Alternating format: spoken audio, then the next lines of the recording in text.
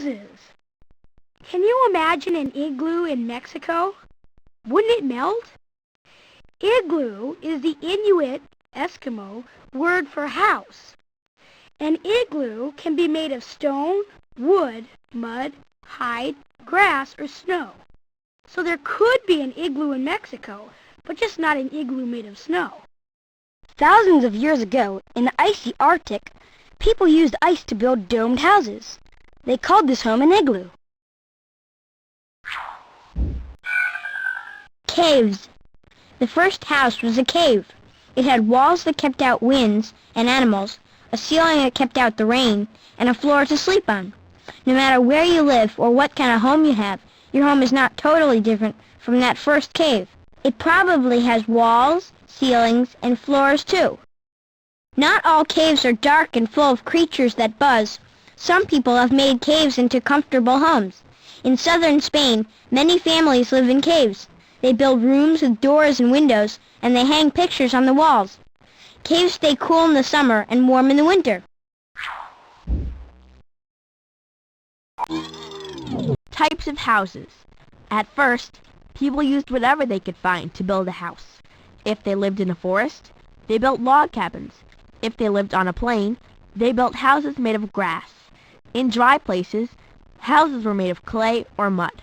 Many people still live in houses made of grass, mud, or wood. Adobe houses. The southwestern United States is very dry. Many houses there are made of adobe. Adobe is a brick made of clay and straw and is dried in the sun. Thick walls help keep these houses cool. Wooden houses. Pioneers in the United States built their houses with logs because there was plenty of wood around, and wood keeps out the cold. Many houses today are made of wood. Brick houses. Bricks do not burn easily.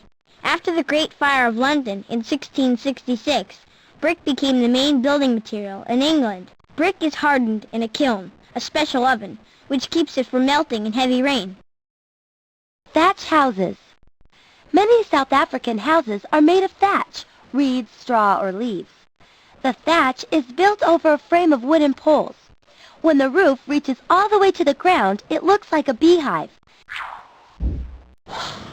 Apartments, old and new. A Native American people called the Pueblo built the first apartments hundreds of years ago in the southwestern United States. Now you can see high-rise apartments in many cities. The Pueblo didn't build apartments to save space. They built them for protection. The only way people could get in was up a ladder and through a hole in the roof. The ladder was pulled up if an enemy was close. High-rise apartment buildings provide homes for hundreds of people in a space where many fewer houses would fit.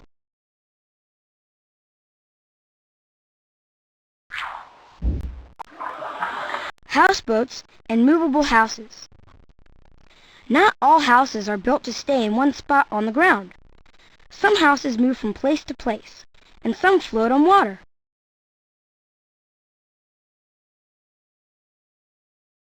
Houseboats. Some people live in floating houses called houseboats. Houseboats are usually permanently docked, so they don't move around.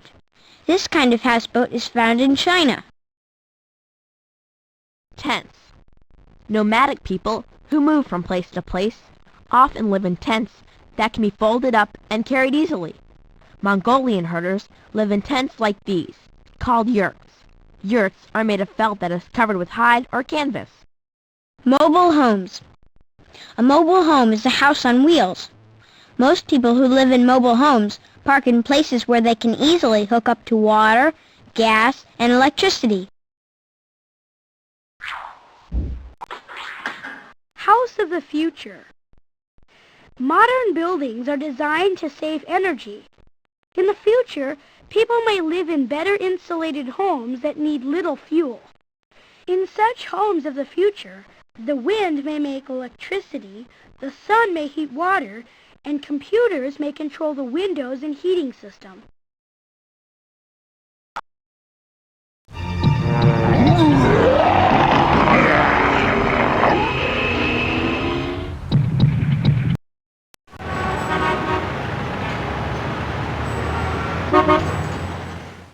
Cities. Do you live in a city? If you do, you're not alone. At least 1/3 of all the world's people live in cities. Each city usually has its own government, police department, fire department, parks, and transportation systems. Land is expensive in the city, so office buildings often are built upward rather than outward. The oldest part of the city often forms the city center. The city center usually contains the government buildings, offices, and the most stylish stores.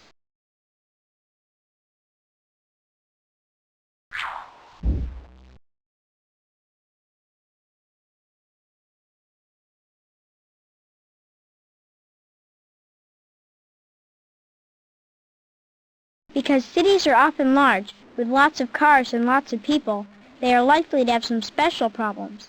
Poor housing, traffic jams, and pollution from factories and cars are some of the problems cities face. A lot of people live a few miles from the city center in less crowded areas called suburbs.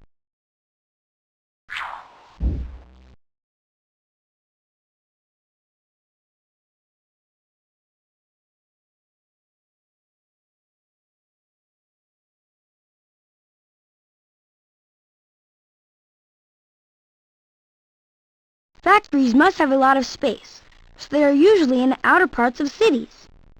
Factories often are close to major roads and railways, so goods produced in the factories can be sent to other parts of the world.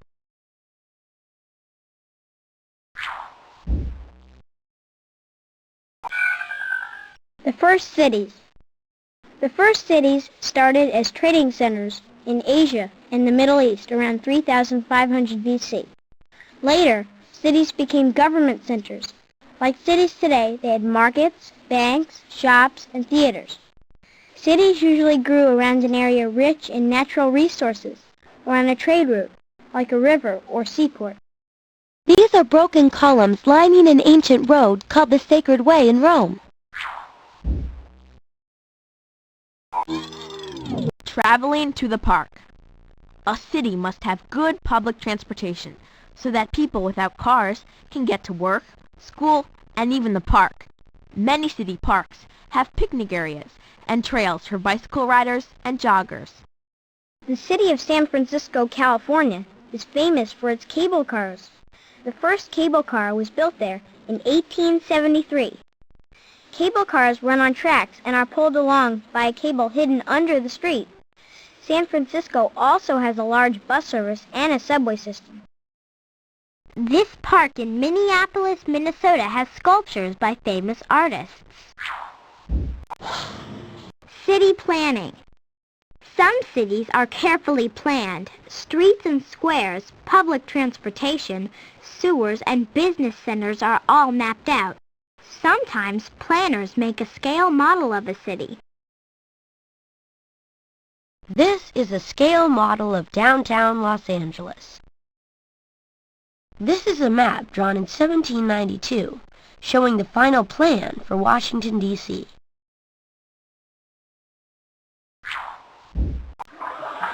Capital cities. The most important town in any country or state is called the capital. It is usually the place where the government is based, but it may not be the biggest city. Do you know what the capital of your state or country is? Rio de Janeiro used to be the capital of Brazil. In the late 1950s, Brasilia was built to replace Rio de Janeiro as the capital of Brazil.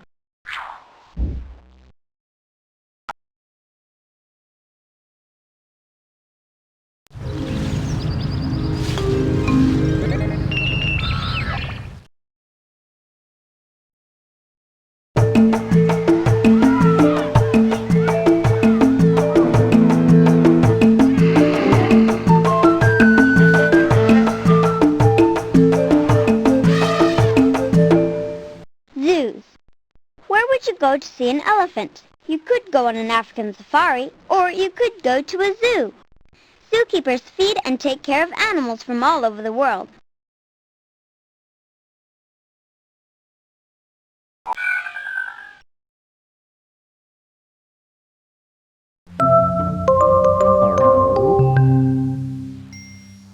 Where do I live?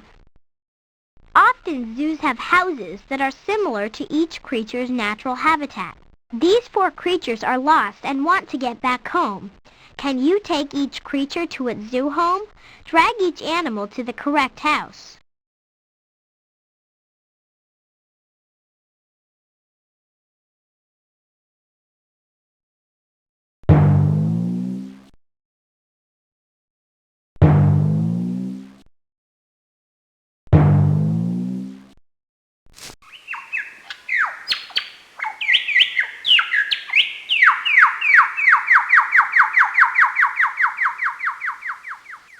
You're right.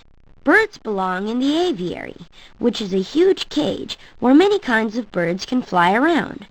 This bird is called a superb lyrebird and is the largest of all songbirds. It lives in Australia.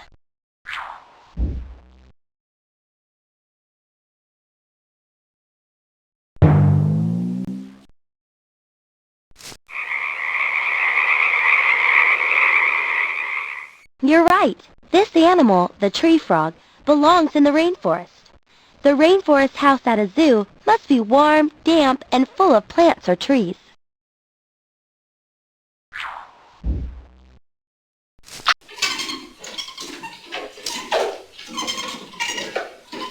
You're right. This bush baby, or galego, sleeps in the day and is awake at night, so it's a nocturnal animal. Raccoons and porcupines are other nocturnal animals, and there are many more. A nocturnal house has lights that come on at night to fool the animals into thinking it's their bedtime. During the day, lights are low, so the animals think it's nighttime, and people can watch them moving around, playing, and eating.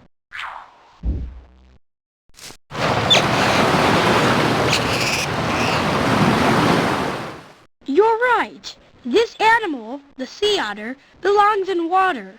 It spends most of its time swimming around. To eat, the sea otter puts its food on its stomach and swims on its back, grabbing the food with its paws. You did it. You led the bush baby back to its nocturnal house, the tree frog back to its rainforest house, the lyrebird back to the aviary, and the sea otter back to its pool. What would be your favorite area to visit at a zoo?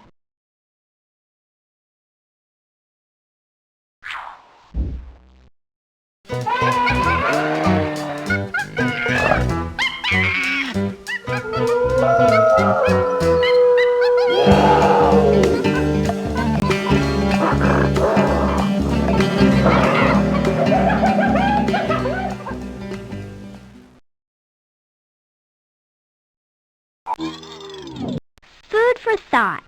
Each animal at the zoo has its own diet. People who take care of the animals need to know what each animal eats and how much. Zoos get food for the animals from around the world. Click on the pictures to find out about feeding elephants and koalas. This elephant is being fed vegetables, hay, and other plants, and lots of it. An elephant eats 330 to 600 pounds, 148.5 to 270 kilograms every day. Imagine if you had to get that much food to the elephants every day. Koalas really like to eat eucalyptus leaves. Eucalyptus trees only grow in tropical climates, so the person ordering food for the zoo animals often has to have the leaves sent in from a faraway place. California, in the United States, and Australia are 2 places that supply eucalyptus leaves to zoos.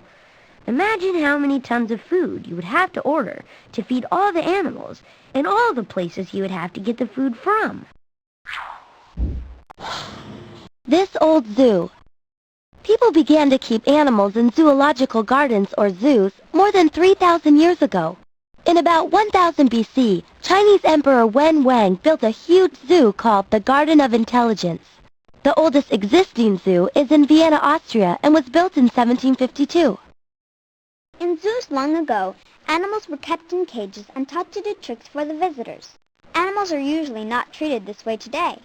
Most modern zoos try to give the animals as natural an environment as possible, and few animals are taught to do tricks for visitors. Zoo supporters believe that zoos give people the opportunity to be close to animals and appreciate the natural world.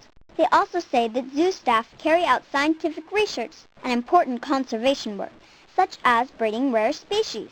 Zoo critics believe it is wrong to keep animals in captivity, that animals behave unnaturally in zoos and may suffer because of stress, unsuitable food, and disease.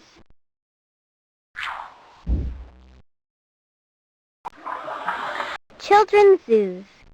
Many zoos have special areas called children's zoos or petting zoos, where kids can touch and sometimes feed gentle animals. Petting zoos have domestic animals like goats, sheep, rabbits, pigs, and chickens. They sometimes have ponies that children can ride too.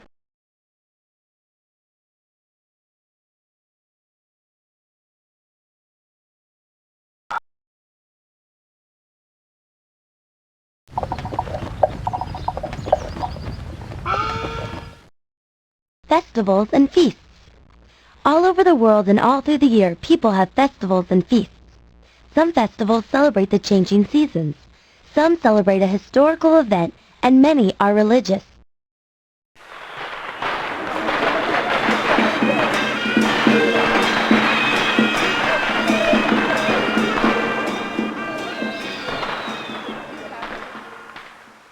Chinese people all over the world celebrate the Chinese New Year. The celebration takes place in January or February. Some people celebrate with parades, colorful dragon costumes, fireworks, and lanterns.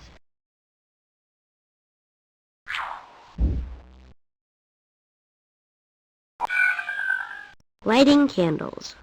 Different cultures sometimes share the same symbols in their festivals.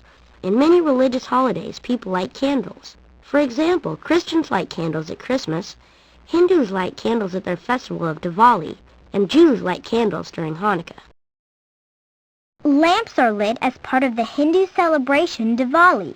People also decorate their streets and houses with lights. The Diwali festival honors the Hindu goddess of beauty and wealth.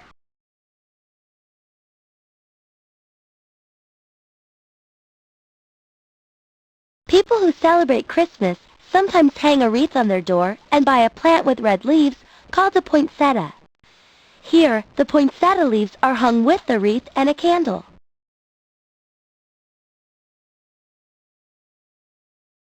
The Jewish religion celebrates Hanukkah, which lasts 8 days. One of the ceremonies is to light a candle on the menorah, a branched candle holder, each day until the menorah is all lit.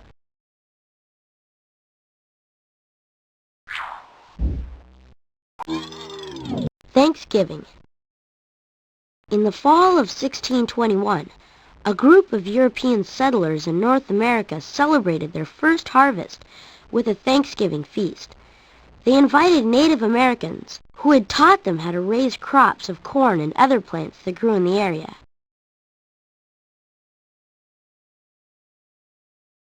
In the United States, some people gather on Thanksgiving to share the traditional meal of turkey and pumpkin pie. This holiday is celebrated in November.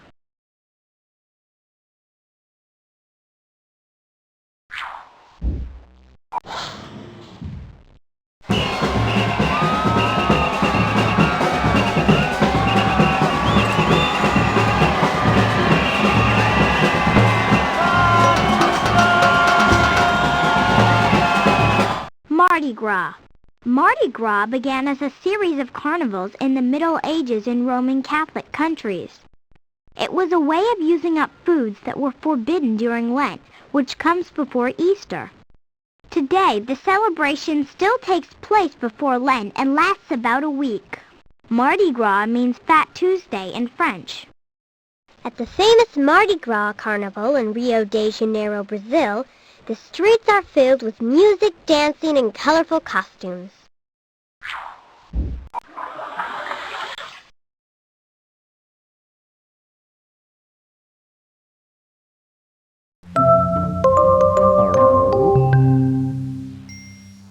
Halloween. Halloween got its name because it was the evening before the Catholic celebration of the saints, All Saints' Day, on November 1st. Hallowed means holy, and this was the day to honor saints. Ian is an old way of saying evening.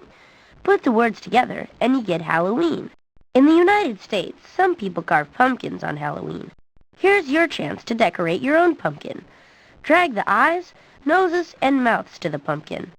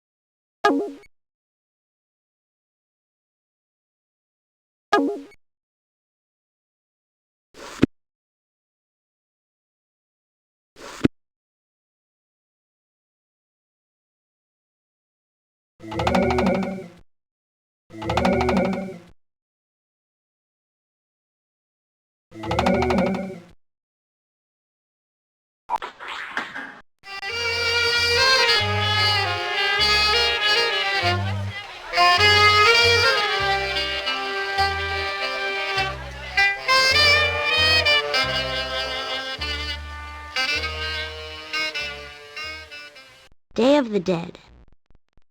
A popular holiday in Mexico is El Dia de los Muertos, the Day of the Dead. It is a 2-day celebration that begins on November 1st, which is also All Saints' Day in the Catholic religion.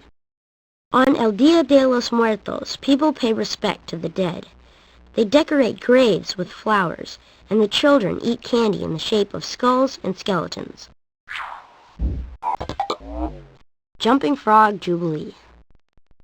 In May every year, thousands of frogs jump during the Jumping Frog Jubilee at a fair in Calaveras County, California. This event is famous because of a short story called The Celebrated Jumping Frog of Calaveras County. The story was written by Mark Twain, a famous writer who wrote The Adventures of Tom Sawyer and many other books. Usually a frog can jump about 20 times the length of its body. In this event, each frog gets 3 chances. The person who owns the frog that jumps the farthest wins money. If a frog breaks the record, it becomes the Celebrated Jumping Frog of Calaveras County, just like the title of Mark Twain's story. Sugar Festival. In Muslim countries, people don't eat or drink from dawn to sunset for a whole month. This holiday is called Ramadan. At the end of the month, they celebrate with a festival that may last several days. In Turkey, kids know this festival as the Sugar Festival because they get to eat candy called rahat lokum, which means Turkish delight. During Ramadan, some countries have puppet shows at night. People work the puppets from behind a screen, so the audience sees only the shadows. 753. In Japan, if you're 3, 5, or 7 years old, you're considered lucky. Families who have any kids these ages celebrate with an old festival called Shichigo-san, meaning 753, on November 15th. On Shichigo-san, the families go to a shrine, or place of worship, to give thanks for the good health of the children. Each child carries a bag with pictures on it. The pictures are often of a tortoise, a crane, and a pine tree, which are symbols of youth and long life. Outside the shrine are stalls where the parents buy candy and toys to fill the kids' bags.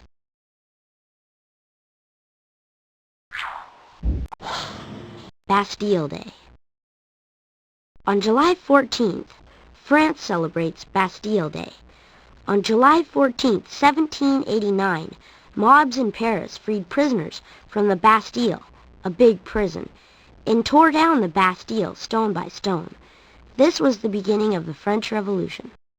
On the eve of Bastille Day, there's a torchlight parade. Then on July 14th, cannons are fired at dawn and there are parades throughout the day. At night, fireworks light the sky and people dance in the streets until dawn, like they did long ago on the first Bastille Day.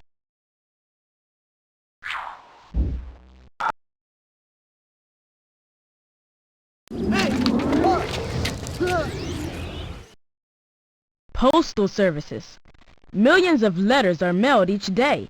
It used to take months for a letter to travel around the world. Isn't it amazing that a letter mailed from the other side of the world may reach your home in a few days? How does the letter get there? When you mail a letter, a mail carrier collects your letter either from your mailbox or from the collection box where you mailed it. The letter is taken to the sorting office.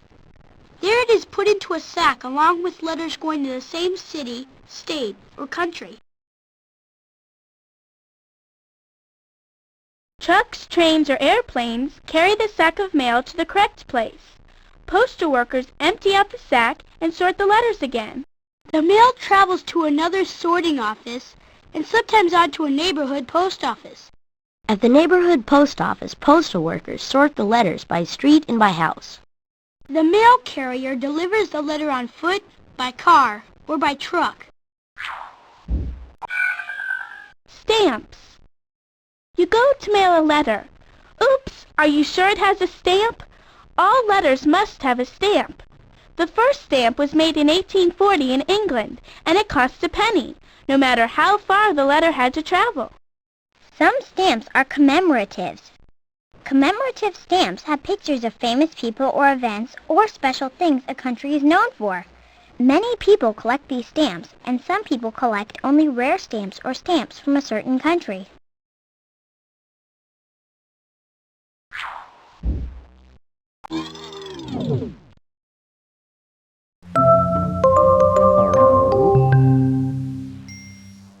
Sorting mail. All mail used to be sorted by hand. Machines have made this job much quicker and easier. Machines read the addresses, postmark the envelopes, and cancel the stamps so they cannot be used again. About 350,000 letters can be sorted per hour. Drag the items onto the envelope in their correct places.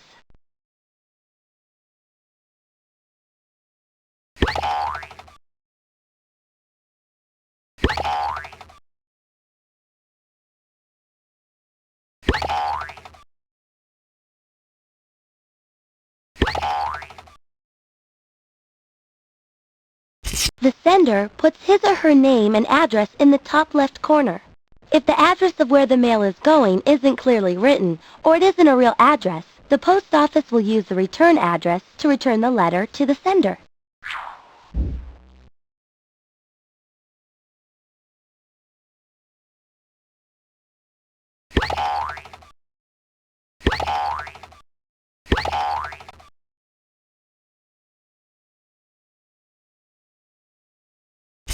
The machine puts a postmark on the envelope. The postmark shows the location of the post office, the date, and the time on the envelope. The name and address must be clearly written. In the United States, addresses should include a 5-digit or longer zip code. The machine puts a cancellation mark on the envelope. The cancellation mark is the set of wavy lines printed over the stamp. It means that the stamp cannot be used again. The sender must put a stamp in the top right corner. The cost of mailing a letter or package depends on how much it weighs, where it is being mailed to, and whether it is being sent by the slowest or fastest way.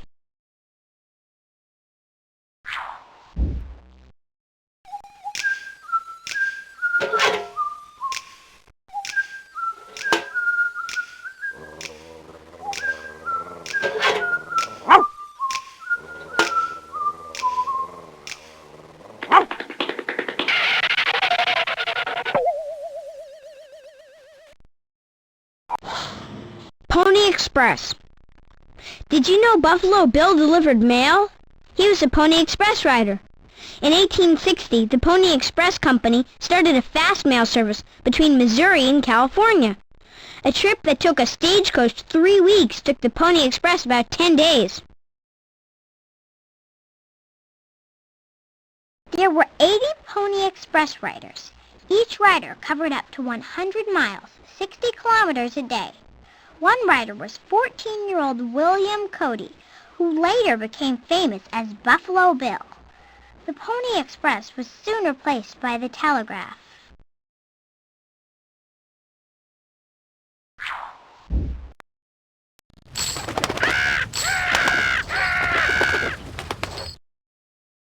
Money. The next time you're about to buy something, look at your money. Coins are just pieces of metal and dollar bills are just sheets of paper. yet the store accepts them as payment. Money is what people use to buy things or to pay for services. How money is made. A government factory called a mint makes coins and paper money, also called bills. Each coin is stamped with the design, the coin's value, and often the year it was made. This stamping process is known as minting. Money has complicated designs, which makes it hard for people to copy it. It is a crime for anyone to copy and print money. The crime is called forgery or counterfeiting. Banks. People use banks to store money in accounts and to take out loans. Many people have a checking account.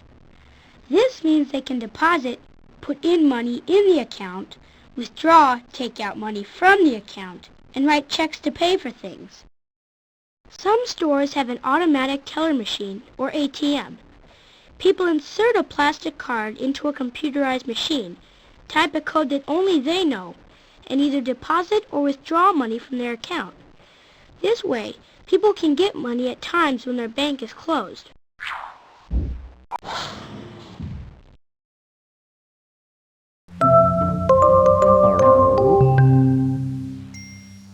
Checks. If you have a checking account, you can use a check instead of cash to pay for things.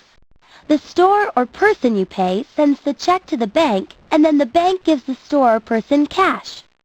The bank keeps a record of how much you deposit and withdraw. Can you drag the parts of this check to the right places on the check?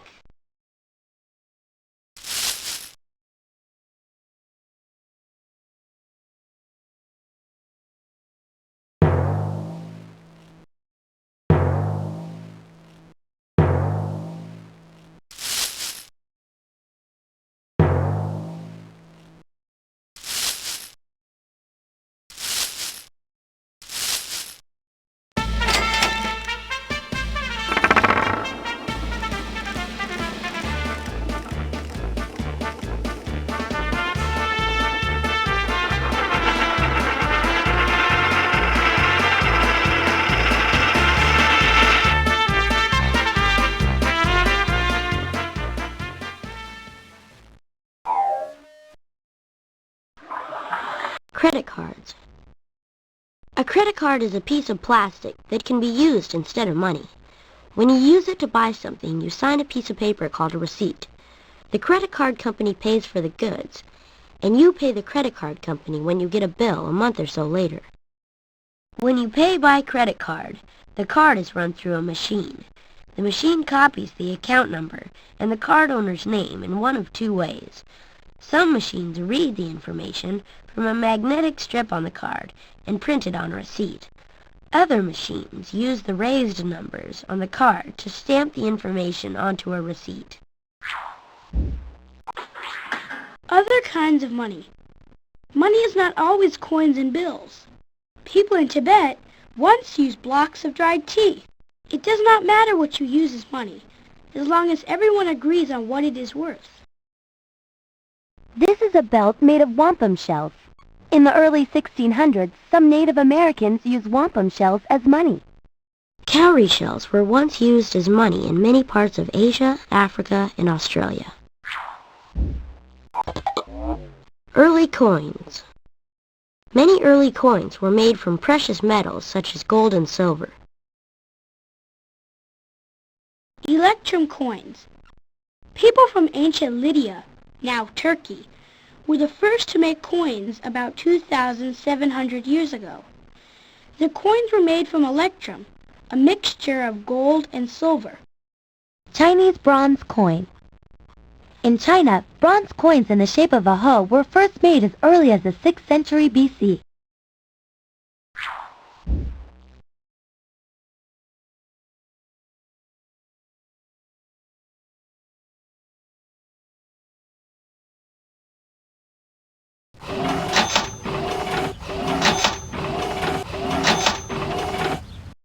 Stores. There are stores for everything, and they come in many shapes and sizes. There are tiny neighborhood shops, supermarkets, malls with big department stores, and outdoor markets. Indoor and outdoor markets are found in all parts of the world. People bring goods and produce there to sell or trade. This is a market in Vietnam.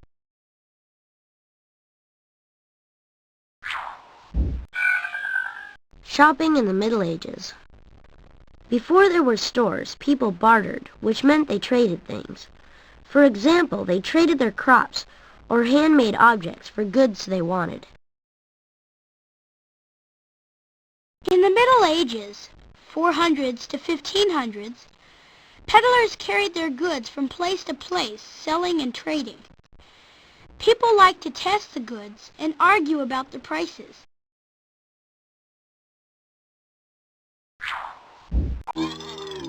Grocery stores, old and new. Imagine going into a store and asking a clerk to weigh out 5 pounds, 2.3 kilograms of flour for you. That's how grocery stores used to be. Self-service stores, like supermarkets, developed in the United States in the 1930s. When supermarkets came about, people could pick food and other goods right from the shelf. In the old days, the clerk waited on each customer individually and gathered up all the items the customer wanted. The frontier store supplied early American settlers with everything from food to tools. There was usually only one brand of each item, and supplies often ran out. Customers sometimes could not pay for what they bought until they sold their crops. When supermarkets came about, Shopping from home. You do not even have to leave home to go shopping. You can shop by mail, by telephone, by computer, or by television. People have been shopping by mail for about 100 years. Large stores have catalogs that people can order goods from.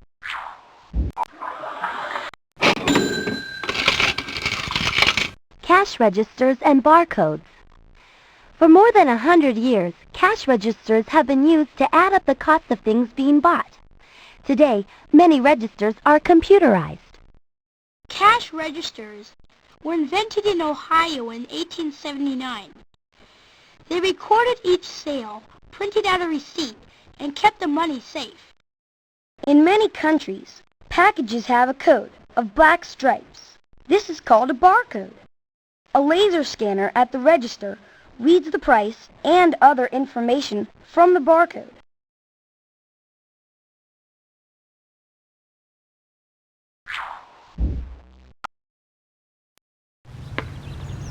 Okay, there, then over there, then up there.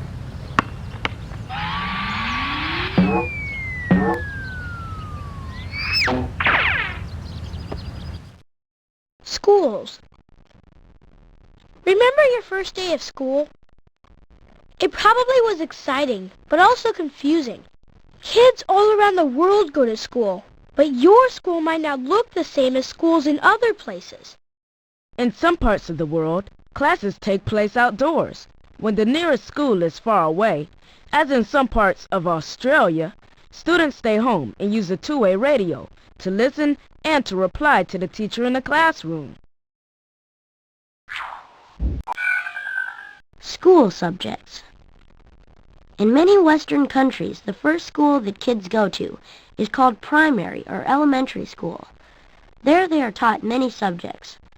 Schools aim to teach the skills that we need to live in our society. Most kids learn reading, writing, and math, plus many other subjects. Computers. Sometimes students learn to use computers in their first years in school. Music and art. Music classes teach students about songs and musical instruments. Art classes teach students about color and shape. Social studies. Learning about other people and places helps us understand the world.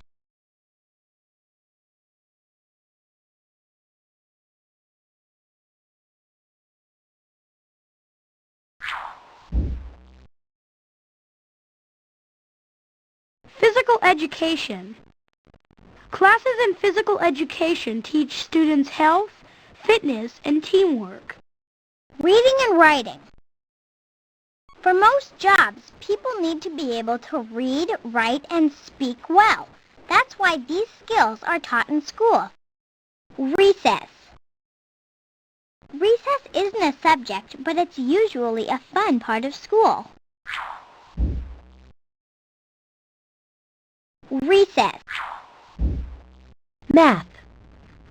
You need to be able to calculate numbers and measure things in everyday life and in many jobs. That's why these skills are taught in school.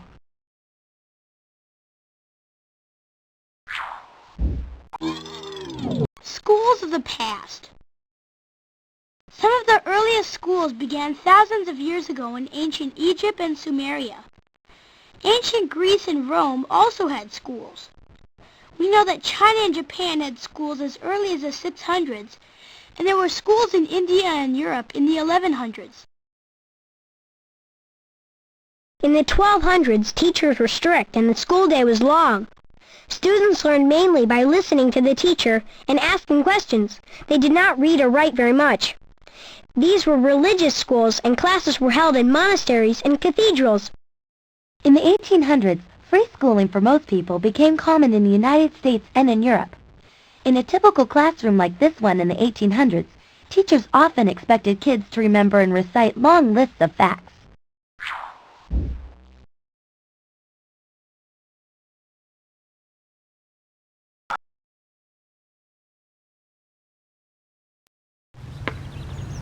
Okay, there, then over there, then up there.